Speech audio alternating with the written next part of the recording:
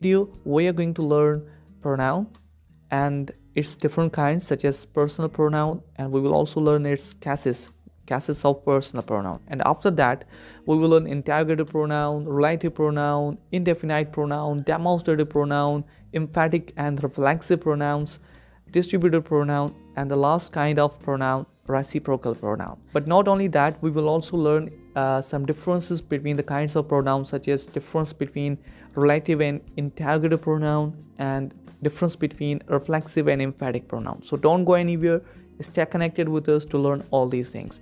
But before starting the lesson, let me clear that this lecture is going to be in Hindi Urdu language, okay? So now let's get started. What is pronoun? Pronoun is a word that is used instead of a noun in the sentence. Pronoun एक ऐसा लफ्ज़ होता है जो हम जुमले में किसी नाउन की जगह इस्तेमाल करते हैं. फॉर एग्जाम्पल, अगर मैं कहता हूँ Ali is a good boy, Ali एक अच्छा लड़का है, तो यहाँ पर इस सेंटेंस में अली क्या है? एक नाउन है, एक नाम है एक लड़की का. ठीक है, तो अब दूसरा सेंटेंस देखें. मैंने कहा he is a good boy, ये एक अच्छा लड़का है. तो अब यहाँ पर आपने देखा कि हमने नाउन अली की जगह वर्ड ही का इस्तेमाल किया. तो जब भी हम कहते हैं कि अली, अरसलान, नादिर, जब भी हम किसी का नाम लेकर बुलाते हैं तो वो नाम जो होते हैं वो ग्रामर में नाउन्स होते हैं. ठीक है, लेकिन जब हम उन नाउन्स की जगह कुछ वर्ड्स का इस्तेमाल करते हैं जैसे ये, वो, मैं, तो वो क्या होते हैं? Pronoun. Here are other examples. Table is dirty, table गंदी है. Now in this sentence table is the noun. Now see, it is dirty, ये गंदी है. Now we replace the word it instead of noun table, so that's why this is pronoun. Alia is beautiful, Alia खूबसूरत है. Now in this sentence, Alia is the name of a girl. Okay, now look at another sentence. She is very beautiful, वो बहुत खूबसूरत है. Now here she is pronoun because it replaced the noun Alia, so that's why this is pronoun. Ali and Akbar are brothers, Ali और अकबर भाई हैं. Here in this sentence there are two nouns, Ali and Akbar. But when I will replace these nouns with a pronoun, then it will be like they are brothers. वो भाई हैं. तो आपने देखा कि हमने इन अल्फाज का इस्तेमाल nouns की जगह किया. So that's why these are pronouns. Now let's move to the kinds of pronoun. The very first kind of pronoun is personal pronoun. अब इसको हम personal pronoun क्यों कहते हैं? Because it is used for three persons. First person, second person and third person. First person हमारे होते हैं आई and we. अब ये कौन से होते हैं? द पर्सन हु टॉक्स, यानी वो बंदा जो बात कर रहा होता है वो हमारा फर्स्ट पर्सन होता है. वो फिर या तो मैं होता हूँ आई, या तो मैं बात कर रहा होता हूँ, या फिर हम बात कर रहे होते हैं वी. हम जब एक से ज़्यादा होते हैं, हम एक साथ कोई बात कर रहे होते हैं किसी के साथ, तो वो वी होता है. तो वो आई एंड वी क्या होते हैं? फर्स्ट पर्सन, क्योंकि ये बात करने वाले होते हैं. एंड सेकंड पर्सन क्या होता है हमारा? वो यू होता है. ठीक है, वो कौन सा होता है? The person with whom the first person talks, यानी वो बंदा जिसके साथ first person I and we बात कर रहे होते हैं, तो वो यू ही होता है. फिर वो यू सिंगुलर भी हो सकता है, प्लूरल भी हो सकता है. आप एक भी हो सकते हैं जिसके साथ मैं बात कर रहा हूँ, अब एक से ज़्यादा भी हो सकते हैं. ठीक है, एंड थर्ड पर्सन होते हैं हमारे he, she, it and they. अब ये कौन से होते हैं? The person about whom the first person talks to second person, यानी वो बंदा जिसके बारे में, अबाउट होम, जिसके बारे में first person I and we second person के साथ बात कर रहे होते हैं. अब मैं आपके सामने एक एग्जांपल रख रहा हूँ. ठीक है, एक सेंटेंस आपके सामने है. दे आर माई फ्रेंड्स, वो मेरे दोस्त हैं. अब ये बात किसने की? मैंने, आई. ठीक है, तो ये वही भी कर सकते थे, लेकिन अब मैंने की है आई, तो ये आई क्या है? First person. और ये बात किसके साथ की मैंने? आपके साथ. ठीक है, आप यू, तो आप क्या हैं? Second person. और बात किसके बारे में की मैंने? दे, उनके बारे में की, तो दे क्या हुए? Third person. तो ये तीनों यानी फर्स्ट पर्सन, सेकंड पर्सन और थर्ड पर्सन मिलकर पर्सनल प्रोनाउन कहलाते हैं. You can say personal pronouns are I, we, you, he, she, it and they.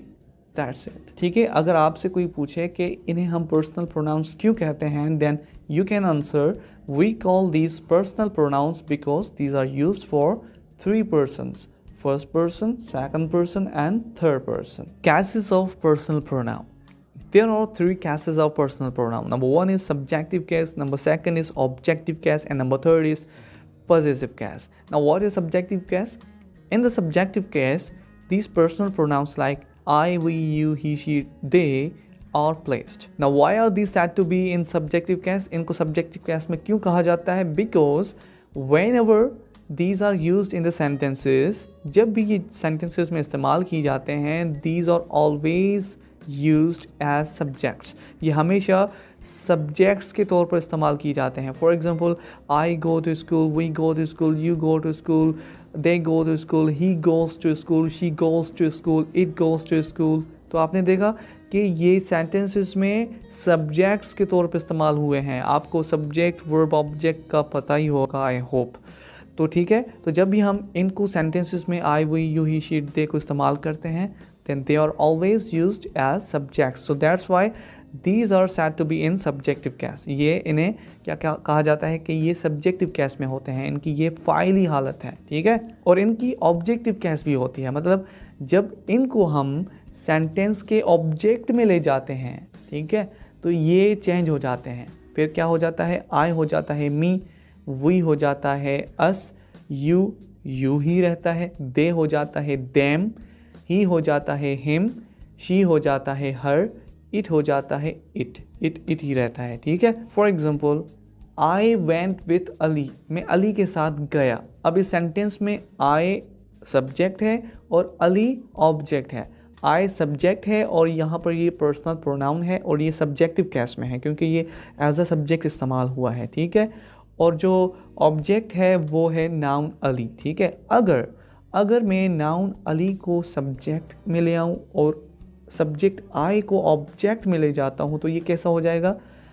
Ali went with me, Ali मेरे साथ गया. तो आपने देखा कि जैसे ही हमने सब्जेक्ट आई को ऑब्जेक्ट में ले आए तो ये क्या हो गया? ये कन्वर्ट हो गया, चेंज हो गया मी में.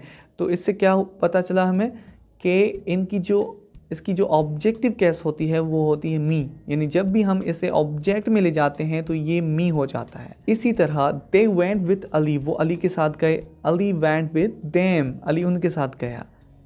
यू वेंट विथ अली, आप अली के साथ गए.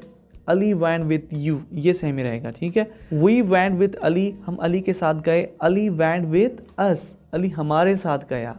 ही वेंट विथ अली, ये अली के साथ गया. Ali went with him, Ali इसके साथ गया. शी वेंट विथ अली, वो अली के साथ गई.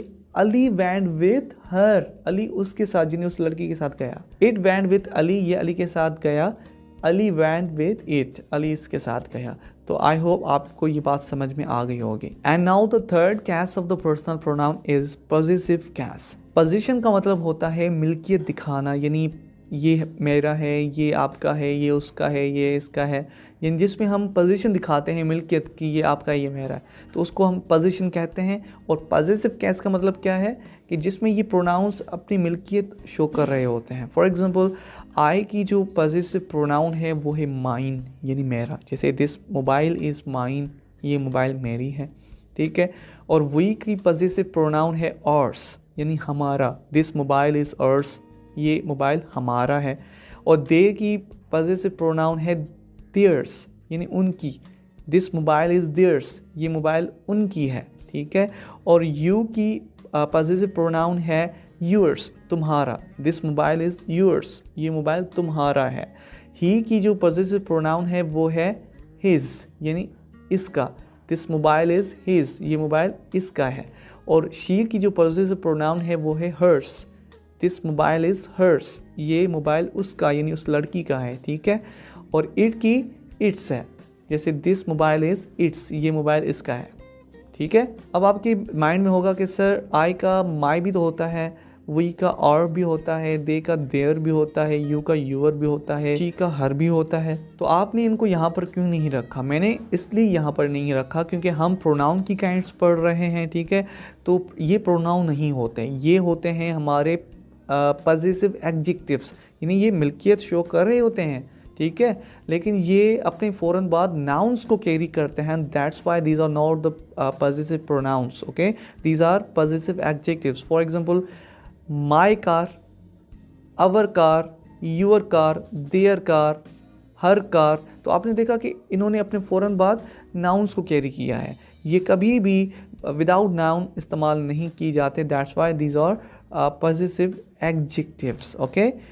लेकिन आप अगर देखें mine, ours, yours, theirs, hers, तो ये अपने फ़ौरन बाद नाउन्स को कैरी नहीं कर रहे थे, so that's why these are positive pronounce.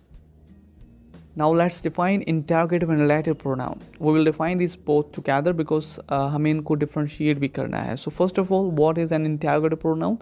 Interrogative pronouns are used to ask questions. ये सवाल पूछने के लिए इस्तेमाल किए जाते हैं. Whereas relative pronouns are used to relate the information about a noun going before them in the sentence. यानी ये जो relative pronouns जब sentences में इस्तेमाल होते हैं तो ये अपने से पहले इस्तेमाल होने वाले noun की तरफ जो उसके बारे में इंफॉर्मेशन दी गई होती है उनके बाद उसको उसके साथ रिलेट करते हैं। अब ये बात हो सकता है आपको थोड़ा कंफ्यूज करे, लेकिन जब हम एग्जाम्पल पढ़ेंगे तो ये आपको इजीली समझ आ जाएगा, ठीक है। इंटरोगेटिव एंड रिलेटिव प्रोनाउंस के एग्जांपल्स ज़्यादातर सेम हैं कुछ के अलावा, जैसे इंटरोगेटिव प्रोनाउंस के एग्जांपल हैं what, which, where, who, why, whom, whose. इनकी मीनिंग्स भी लिखी हुई हैं, ठीक है, क्योंकि ये सवाल पूछने के लिए इस्तेमाल की जाते हैं, that's why these are followed by the question mark. And relative pronouns क्या होते हैं? That, which, where, who, whom, whose. यानी इनमें जो व्हाट और वाई है जो मैंने रेड कर दिया है, ठीक है, तो वो यहाँ पर रिलेटिव प्रोनाउंस नहीं होते। तो आपने देखा कि इनके एग्जाम्पल्स ज़्यादातर सेम हैं, यानी जो ब्लू कलर में हैं ये दोनों इंटरोगेटिव प्रोनाउंस भी हैं तो रिलेटिव प्रोनाउंस भी होते हैं, लेकिन इनके फंक्शन में डिफरेंस होता है जिसकी वजह से ये कहीं पर इंटरोगेटिव प्रोनाउन के तौर पर इस्तेमाल होते हैं तो कहीं पर रिलेटिव प्रोनाउन। अब वो डिफरेंस क्या है, let's understand with the help of examples. Now first of all let's use the interrogative pronouns in the sentences. What is your name? आपका नाम क्या है। Which is your mobile? आपका मोबाइल कौन सा है। Where is your home? आपका घर कहाँ है। Who is your father? आपका फादर कौन है। Why is your dress dirty? आपकी ड्रेस गंदी क्यों है। Whom did you tell this? आपने ये किसको बताया। Whose is this car? ये कार किसकी है। तो आपने देखा कि यहाँ पर ये तमाम तर जो प्रोनाउंस हैं ये सवाल पूछने के लिए इस्तेमाल किए गए, और ये याद रखिएगा कि whenever these are used in the sentences, so those sentences are called interrogative sentences। यानी जहाँ पर ये इस्तेमाल की जाते हैं तो वो जो सेंटेंस होता है वो इंटरोगेटिव सेंटेंस होता है, सवालिया जुमला। So that's why these are always followed by a question mark. Question mark ये याद रखिएगा कि जब भी ये सेंटेंसेस में इस्तेमाल किए जाते हैं तो वो सेंटेंस इंटरोगेटिव होता है और वहाँ पर हम क्वेश्चन मार्क को पुट करते हैं in the end. Now there is another thing that you have to keep in your mind, वो ये है कि इसमें जो व्हाट, व्हिच और हुज है ये इंटरोगेटिव एडजेक्टिव्स के तौर पर भी इस्तेमाल होते हैं।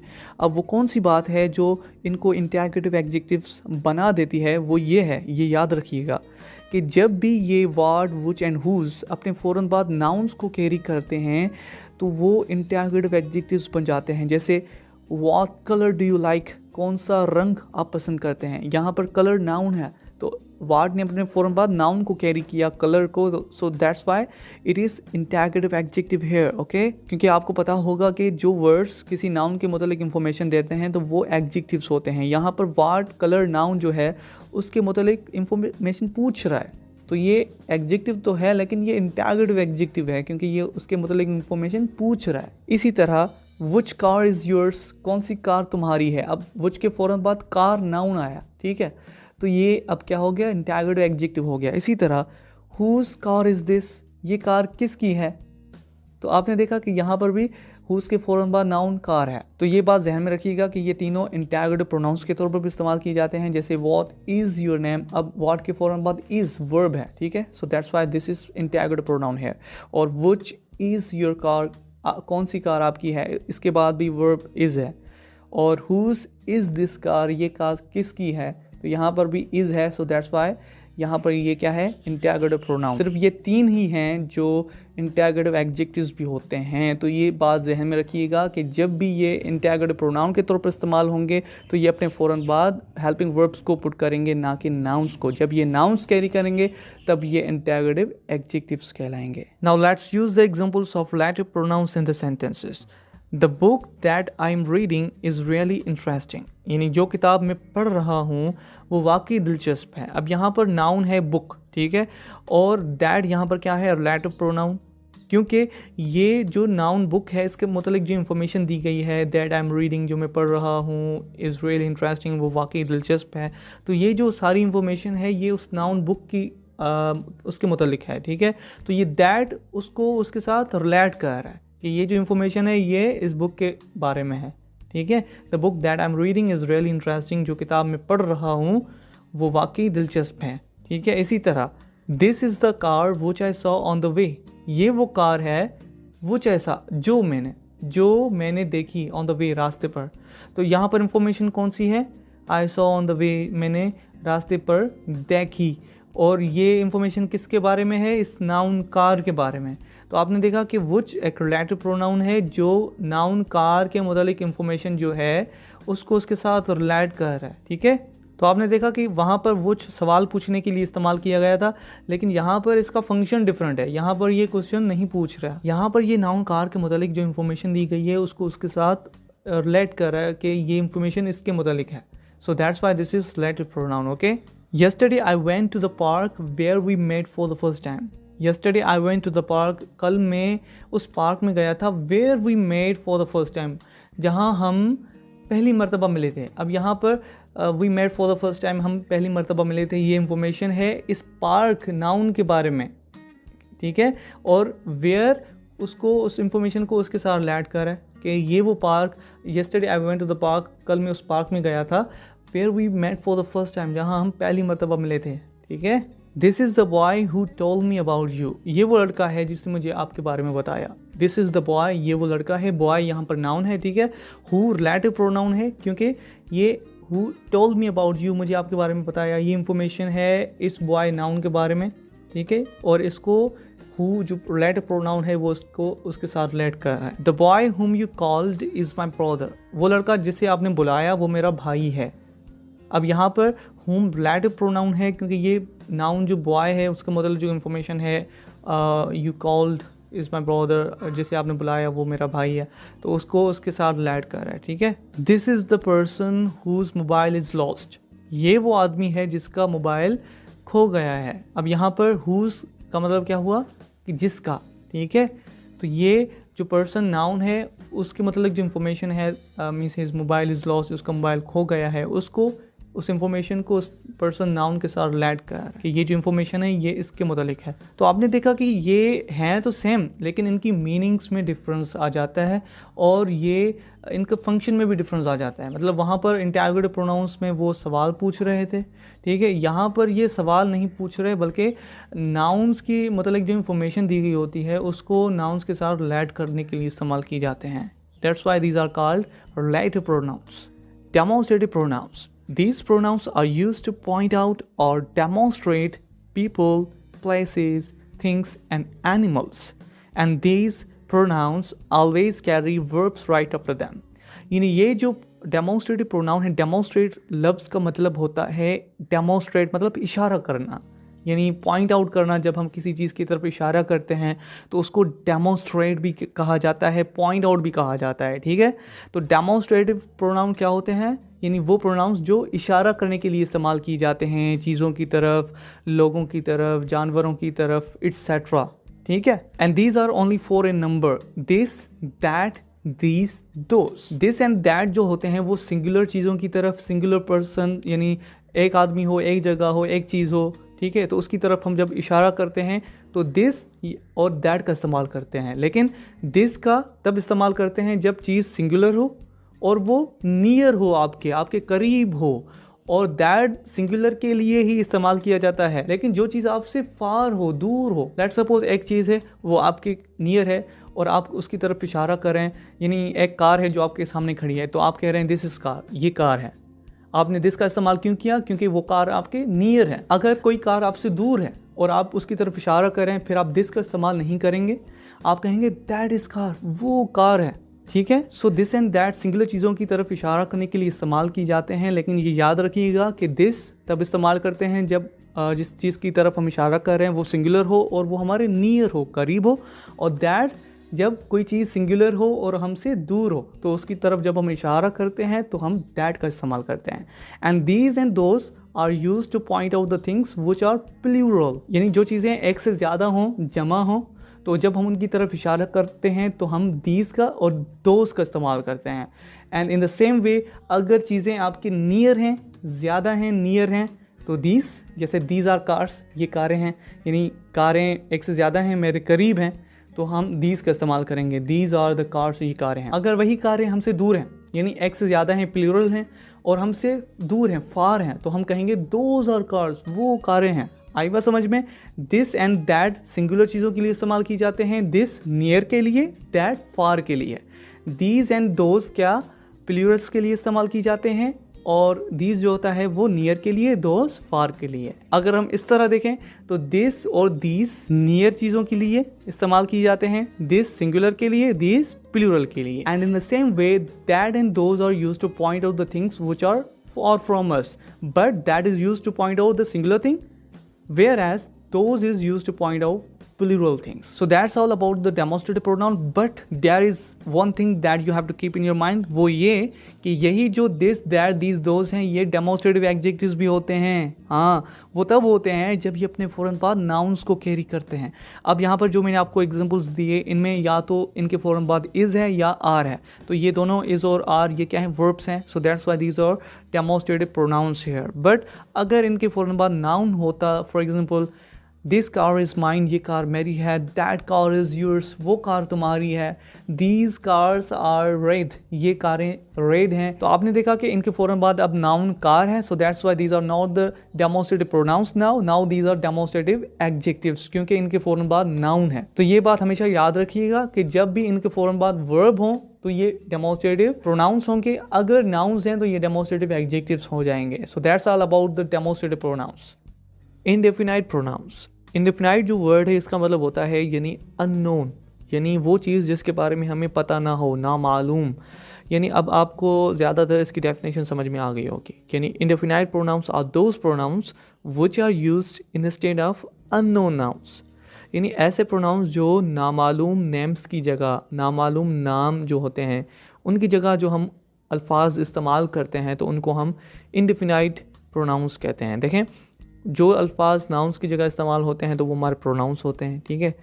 और वो नाउन्स जिनका हमें पता नहीं, यानी किसी चीज़ का नेम है, किसी पर्सन का नेम है, उसका मुझे नेम नहीं आ रहा, मुझे उसका नेम पता नहीं, तो उसकी जगह जो मैं लफ्ज़ इस्तेमाल करूँगा ना, वो हमारा इंडेफिनाइट प्रोनाउन कहलाएगा। Let's understand with the help of examples. Instead of unknown persons, we use these words such as everyone, everybody, anyone, anybody, someone, somebody। यानी जिन persons के हमें नेम नहीं आ रहे होते या हम खुद शो नहीं कर रहे होते तो उनकी जगह हम इन अल्फाज का इस्तेमाल कर रहे होते हैं, ठीक है। And instead of unknown places, यानी जिन जगहों के नेम्स हमें नहीं आ रहे होते या हम मेंशन नहीं कर रहे होते तो उनकी जगह एवरीवेयर यानी हर जगह, एनीवेयर कहीं पर भी, समवेयर यानी किसी जगह, तो हम इन अल्फाज का इस्तेमाल करते हैं। And instead of unknown things, यानी जिन चीज़ों के हमें नेम्स ना आते हों या हम शो नहीं कर रहे होते तो उनकी जगह एवरीथिंग यानी हर चीज़, एनीथिंग कोई भी चीज़, समथिंग कोई चीज़, तो इन अल्फाज का इस्तेमाल किया जाता है। Now let's use this into the sentences. Everyone must eat, drink and breathe, हर किसी को लाजमन खाना भी चाहिए, पीना भी चाहिए और सांस भी लेनी चाहिए। अब यहाँ पर जो लफ्ज़ एवरीवन है ये इंडेफिनाइट प्रोनाउन है, क्योंकि देखें एवरीवन में हर कोई आ जाता है। अब हर कोई जो होगा, जो उसमें आ जाते हैं उनके नेम्स ज़रूर होंगे, लेकिन वो नेम्स यहाँ पर मेंशन नहीं है, वाज़े नहीं है कि इस एवरीवन में, हर कोई में कौन कौन होगा। तो ये नाउन्स की जगह इस्तेमाल हुआ है, that's why this is pronoun, but this is indefinite pronoun because names are not mentioned, वो वाजे नहीं है, ठीक है।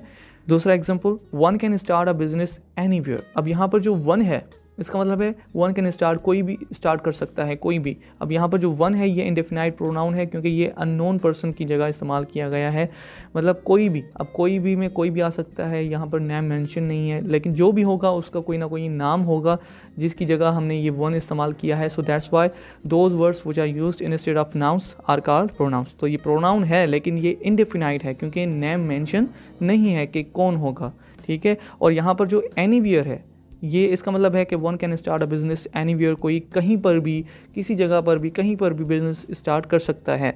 तो ये एनीवेयर क्या है, ये इंडेफिनाइट प्रोनाउन है एक अननोन प्लेस का, मतलब कोई भी जगह, उसको हमने मेंशन नहीं किया, उसका नेम मेंशन नहीं है, लेकिन ये जो भी जगह होगी उसका कोई ना कोई नाम होगा, तो ये नाम की जगह इस्तेमाल हुआ है, so that's why this is pronoun, but this is indefinite pronoun क्योंकि उस जगह का नाम मेंशन नहीं है। आई डोंट लाइक एवरीथिंग, मुझे हर चीज़ पसंद नहीं है। अब यहाँ पर एवरीथिंग क्या है, इंडेफिनाइट प्रोनाउन है एक अननोन थिंग का, मतलब जो भी एवरीथिंग में आ जाती हैं हर चीज़ें, उनके नेम्स मेंशन नहीं है, so that's why this is indefinite pronoun of a indefinite और unknown noun.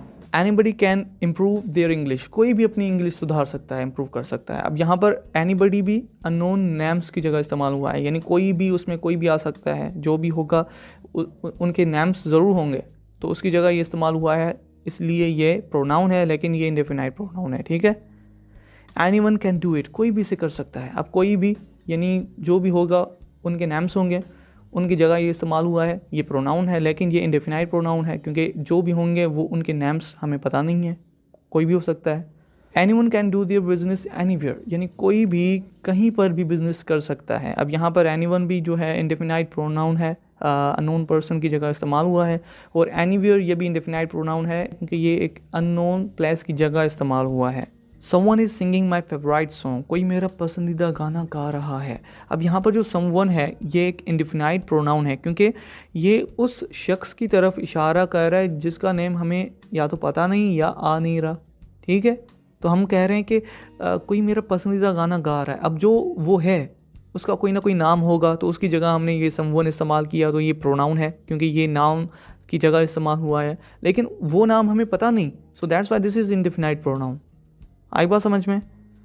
Somebody loves me, कोई मुझसे प्यार करता है। अब कोई है जो करता है, उसका नेम मैंने मेंशन नहीं किया, या तो मुझे पता नहीं या मैंने खुद जानबूझकर उसको मेंशन नहीं किया, उसकी जगह उसका कोई ना कोई नाम है, तो उसकी जगह ये वर्ड समबडी इस्तेमाल किया मैंने, तो ये प्रोनाउन है, लेकिन उसका नेम मैंने मेंशन नहीं किया, तो ये इंडेफिनाइट प्रोनाउन है, ठीक है।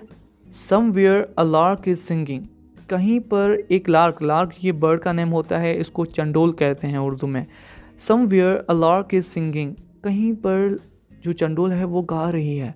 अब यहाँ पर समवेयर भी एक इंडेफिनाइट प्रोनाउन है क्योंकि ये हमने एक ऐसी जगह के लिए इस्तेमाल किया जिसका नेम हमें नहीं पता या नहीं आ रहा, ठीक है, तो उसकी जगह हमने समवेयर कहा। So these are the some of the examples of indefinite pronounce.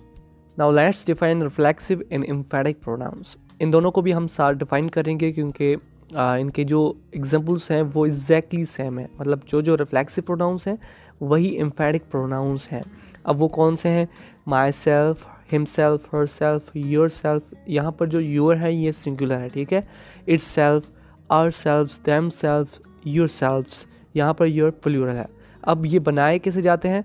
इनमें हम यानी माई, हिम, हर, योर सिंगुलर में और इट में सेल्फ सफिक्स ऐड करते हैं, तो ये myself, himself, herself, yourself, itself बन जाते हैं, ठीक है। और जब हम आर, देम और योर प्लूरल में सेल्व्स सफिक्स ऐड करते हैं तो ये बन जाते हैं ourselves, themselves, yourselves. अब ये दोनों रिफ्लेक्सिव प्रोनाउंस भी होते हैं और एम्फेटिक प्रोनाउंस भी होते हैं, ठीक है। अब डिफरेंस इनके फंक्शन में होता है, जिसकी वजह से ये कहीं पर रिफ्लेक्सिव प्रोनाउन के तौर पर इस्तेमाल होते हैं तो कहीं पर एम्फेटिक प्रोनाउंस के तौर पर। अब वो डिफरेंस कैसे हम फाइंड करें, इसके लिए बहुत सारी कन्फ्यूजन हो जाती हैं, ठीक है। लेकिन मैं आपको एक बहुत ही बढ़िया टिप देने जा रहा हूँ, ठीक है। और उस टिप की मदद से जब भी आपको कहा जाएगा कि ये बताइए कि सेंटेंस में ये रिफ्लेक्सिव प्रोनाउन के तौर पर इस्तेमाल हुआ है या एम्फेटिक, तो आप फ़ौरन से आइडेंटिफाई करेंगे कि ये रिफ्लेक्सिव है या एम्फेटिक, ठीक है। अब वो टिप कौन सी है अभी मैं आपको बताता हूँ, लेकिन सबसे पहले इनकी डेफिनेशन पढ़ते हैं। Reflexive pronouns are used to reflect back the action of subject to itself, यानी जब ये प्रोनाउंस रिफ्लेक्सिव प्रोनाउन के तौर पर इस्तेमाल होते हैं तो ये उस सेंटेंस में जो सब्जेक्ट होता है, डूअर ऑफ एक्शन होता है, उसका जो एक्शन होता है ये प्रोनाउंस क्या करते हैं, उसका एक्शन उसी पर रिफ्लेक्ट बैक करते हैं। For example, I cut my self, they blamed them selves. अब इस एग्जाम्पल को देखें, आई कट माई सेल्फ, मैंने खुद को काटा। अब यहाँ पर देखें डूअर ऑफ एक्शन कौन सा है, यानी काम करने वाला कौन है, सब्जेक्ट कौन सा है, आई, मैं हूँ, ठीक है। और मैंने काम कौन सा किया, कट, काटा। काटा किसको?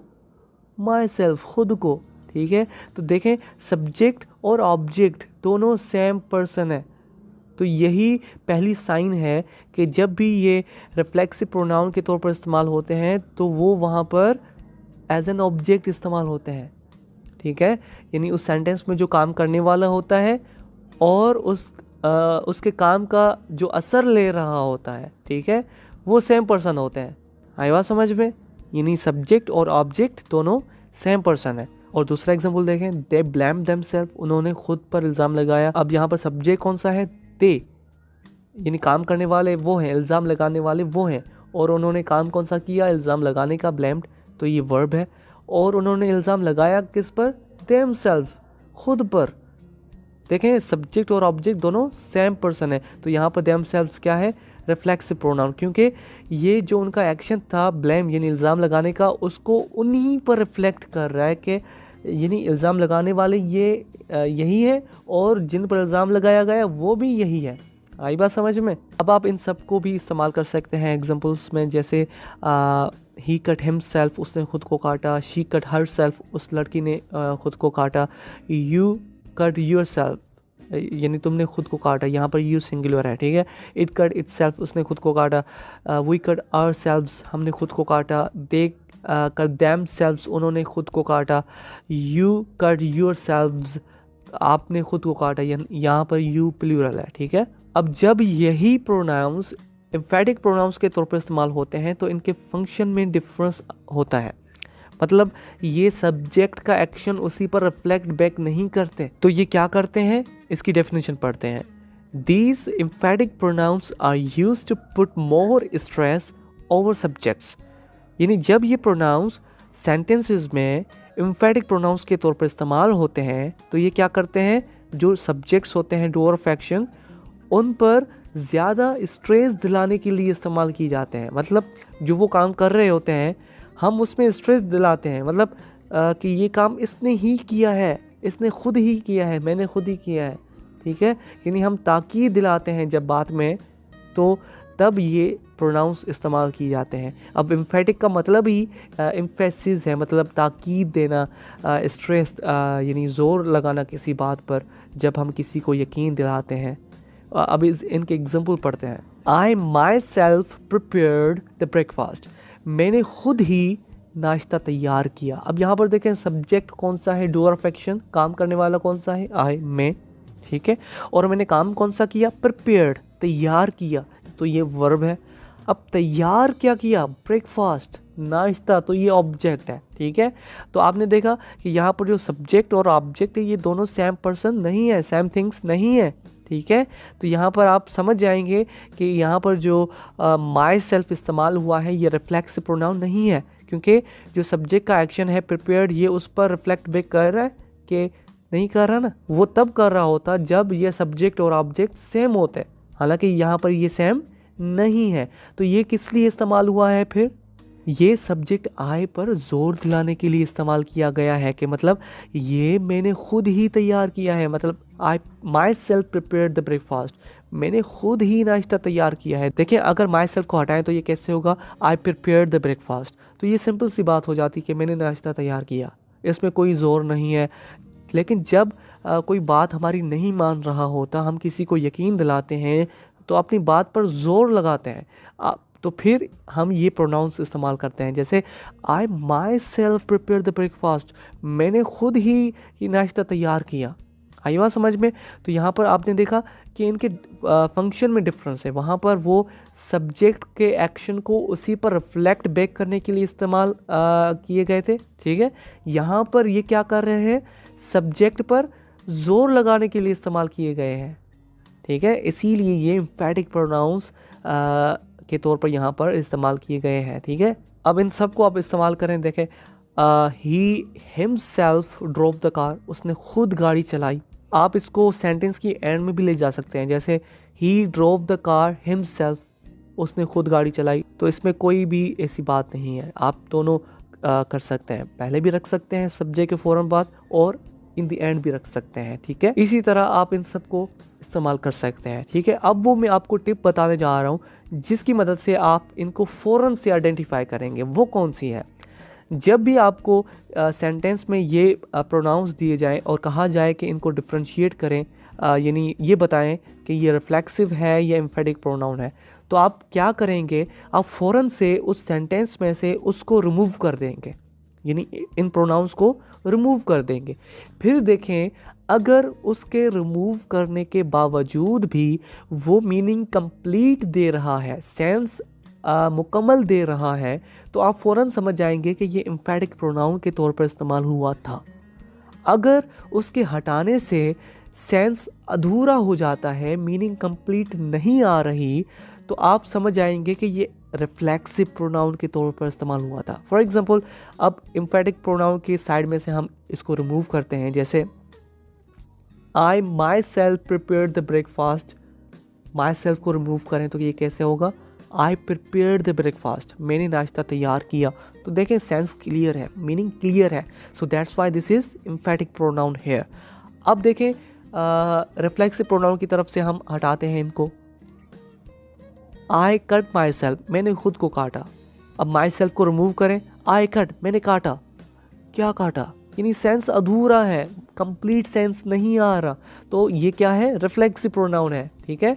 और दूसरा एग्जांपल भी देखें, दे ब्लेम्ड, हमने देम सेल्व्स को रिमूव किया, दे ब्लेम्ड, उन्होंने इल्ज़ाम लगाया।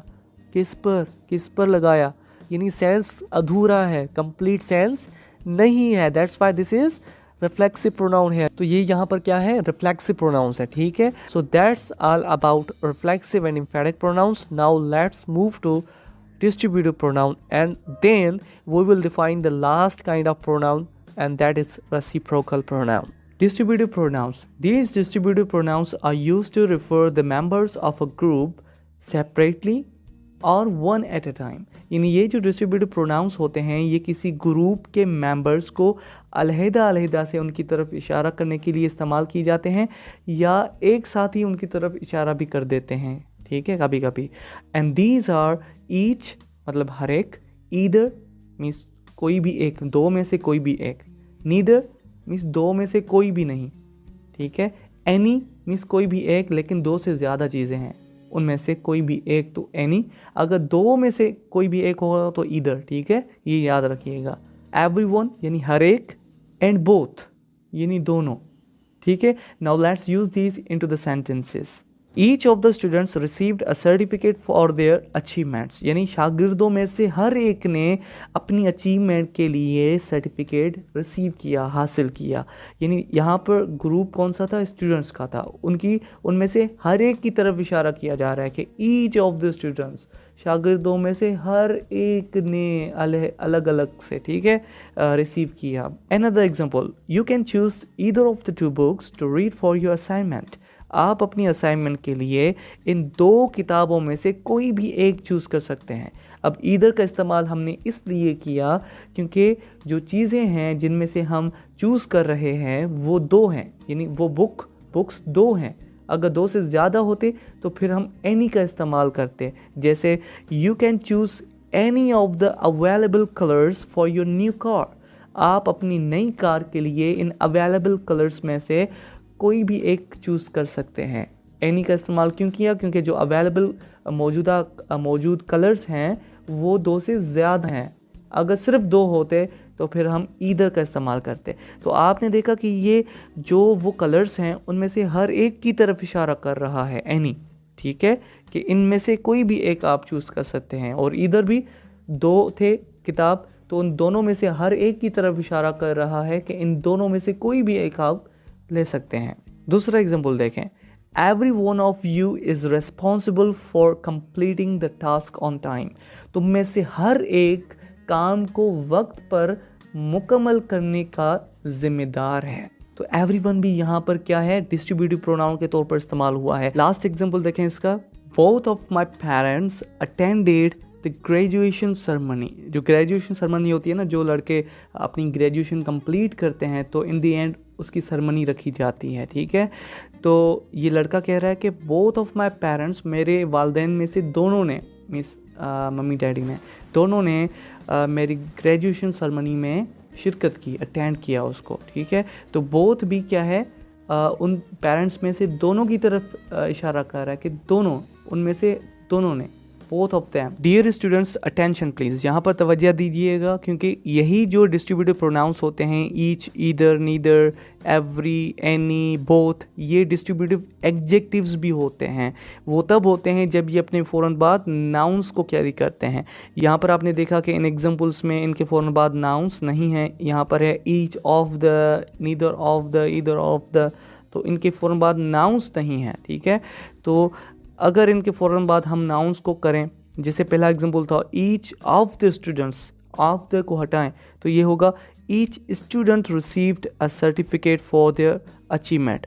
अब यहाँ पर एक बात आप नोट करें, अगर हम ईच ऑफ द कहेंगे तो वो जो नाउन होता है जो यहाँ पर स्टूडेंट है तो वो प्लूरल होता है। अगर ऑफ द हम रखते हैं, ईच ऑफ द स्टूडेंट्स कहते हैं हम, ठीक है, वो प्लूरल रखते हैं। अगर हम ऑफ द को हटाते हैं, ईच के फ़ौरन बाद नाउन को ले आते हैं तो फिर वो नाउन सिंगुलर होता है। जैसे each student received a certificate for their achievement. यहाँ पर अब ईच क्या है, डिस्ट्रीब्यूटिव एडजेक्टिव है क्योंकि इसके फ़ौरन बाद नाउन आ गया। ठीक है, इसी तरह you can choose either book, ना कि बुक्स। बुक्स तब होता जब ऑफ द होता, ईदर ऑफ द बुक्स। ठीक है, अब हम क्या करेंगे, इसको सिंगुलर बना देंगे। You can choose either book to read for your assignment. अब यहाँ पर ईदर क्या है, ये डिस्ट्रीब्यूटिव एडजेक्टिव है। Neither candidate had the necessary qualifications for the job. Every employee is responsible for completing their task on time. यहाँ पर every के फ़ौरन बाद एम्प्लॉय नाउन है। ठीक है, तो ये एवरी क्या है, डिस्ट्रीब्यूटिव एडजेक्टिव है। ठीक है, you can choose any colour for your new car. Any colour, ना के कलर्स। ठीक है, क्योंकि जब हम इनके फ़ौरन बाद नाउन को ले आते हैं तो वो सिंगुलर होता है, ये बात याद रखिएगा। तो यहाँ पर एनी क्या है, डिस्ट्रीब्यूटिव एडजेक्टिव है। Both mummy and daddy attended the graduation ceremony. अब इसके फ़ौरन बाद भी मम्मी डैडी क्या है, नाउन है, तो ये भी अब क्या है, डिस्ट्रीब्यूटिव एडजेक्टिव है। Now let's define the last kind of pronoun, and that is reciprocal pronoun. Reciprocal pronoun shows the mutual action of two or more than two subjects and they react on each other or one another. यानी ये जो reciprocal pronouns होते हैं ये दो या दो से ज़्यादा सब्जेक्ट्स का मिला हुआ मुश्तरक का काम दिखाते हैं और वो एक दूसरे पर उनका रद्द अमल भी होता है। अब ये आपको एग्जाम्पल की मदद से समझाता हूँ मैं। रेसिप्रोकल प्रोनाउन सिर्फ दो होते हैं, एक होता है ईच अदर और दूसरा होता है वन एंड अदर। अगर इनकी उर्दू में मीनिंग देखें तो वो सेम होती है, इन दोनों की मीनिंग है एक दूसरे, लेकिन इंग्लिश में इनकी मीनिंग में डिफरेंस है, इनके फंक्शन में डिफरेंस है। वो कौन सा, चले इनको सेंटेंसेस में पहले इस्तेमाल करते हैं। दे लव ईच अदर, वो एक दूसरे से प्यार करते हैं। दे लव वन अनदर, वो एक दूसरे से प्यार करते हैं। अब आप इनको कैसे डिफ्रेंशिएट करेंगे, इनकी मीनिंग तो सेम आ रही है उर्दू में, लेकिन इनके फंक्शन में डिफरेंस है। वो क्या, दे लव ईच अदर का मतलब है कि जो प्यार करने वाले हैं वो सिर्फ दो हैं, मीन्स दो पर्सन्स हैं जो एक दूसरे से प्यार करते हैं। तो फिर मैंने ईच अदर का इस्तेमाल किया, means they love each other, वो एक दूसरे के साथ प्यार करते हैं, मीन्स प्यार करने वाले सिर्फ दो हैं। अगर दो से ज़्यादा होते हैं तो फिर हम ईच अदर का इस्तेमाल नहीं करते, हम कहते हैं वन एंड अदर। जैसे फॉर एग्जांपल प्यार करने वाले 4-5 हैं तो हम कहेंगे दे लव वन एंड अदर, वो एक दूसरे के साथ प्यार करते हैं। अब ये वन एंड अदर हमें ये बता रहा है कि जो प्यार करने वाले हैं वो दो से ज़्यादा हैं, फिर जितने भी हों। ठीक है, इसी तरह इनको दूसरे सेंटेंसेस में इस्तेमाल करते हैं। They were looking for one and other in the jungle, वो जंगल में एक दूसरे को ढूंढ रहे थे। अब यहाँ पर आप बताइए कि वन एंड अदर क्या बता रहा है हमें, कि जो ढूंढ रहे थे एक दूसरे को वो दो थे या दो से ज़्यादा, दो से ज़्यादा थे। वेरी गुड, क्योंकि हमें पता है कि वन एंड अदर हम तब इस्तेमाल करते हैं जब सब्जेक्ट्स दो से ज़्यादा हों। अब ये जो जंगल में एक दूसरे को ढूंढ रहे थे वो दो से ज़्यादा थे जो एक दूसरे को ढूंढ रहे थे। ठीक है, अगर इसकी जगह ही हम ईच अदर को ले आते हैं तो इसकी मीनिंग चेंज हो जाएगी। जैसे they were looking for each other in the jungle, वो जंगल में एक दूसरे को ढूंढ रहे थे। अब इसकी कॉन्सेप्चुअल मीनिंग चेंज हो गई, मतलब हमें पता चल गया कि जो ढूंढने वाले थे वो सिर्फ दो थे, दो से ज़्यादा नहीं थे। आई बात समझ में। अब डेफिनेशन को इसके साथ कंपेयर करते हैं, ठीक है। हमने कहा था कि ये जो प्रोनाउंस होते हैं ईच अदर और वन अनदर, ये दो या दो से ज़्यादा सब्जेक्ट्स का मिला हुआ काम दिखाते हैं, मुश्तरका काम। मुश्तरका काम से मुराद क्या है? मतलब एक ऐसा काम जो वो भी करता है तो वो भी करता है एट द सेम टाइम। जैसे दे लव ईच अदर, वो एक दूसरे से प्यार करते हैं। अब दो हैं, ठीक है, वो उसके साथ प्यार करता है और वो भी उसके साथ करता है, यानी ये ऐसा काम है जो दोनों एक साथ करते हैं। और they react on each other का मतलब क्या था? वो एक दूसरे पर उनका रद्द-ए-अमल होता है, मतलब जो काम वो उसके साथ करता है वही वो भी उसके साथ करता है। आई बात समझ में? So with that we have learned all kinds of pronoun. और मुझे उम्मीद है कि आपको ये बहुत आसान तरीके से समझ में आ गए होंगे, इस तरह कि आप अब कभी भी इनको नहीं भुला सकते, ठीक है। उसके बावजूद भी अगर कोई कन्फ्यूजन आपके जहन में है, दैन कमेंट बिलो, हम आपको उसका आंसर देंगे। यकीन कीजिए, जब आप वीडियोस को लाइक करते हैं, आप कमेंट्स करते हैं, हमसे सवाल पूछते हैं, तो हमारा दिल इतना बड़ा हो जाता है। हम कहते हैं कि हम आपके लिए और ज़्यादा मेहनत करेंगे, आपके लिए यूज़फुल कंटेंट लेकर आएंगे। वीडियो को लाइक करें, शेयर करें अपने फ्रेंड्स के साथ, सबको बताएं। और चैनल को सब्सक्राइब अगर नहीं किया तो करें, अगर कर दिया है तो थैंक यू सो मच। और भी ज़्यादा इसे शेयर करें। ये चैनल आपका है, हम भी आपके हैं। मिलते हैं किसी और वीडियो में, तब तक के लिए अल्लाह हाफ़िज़।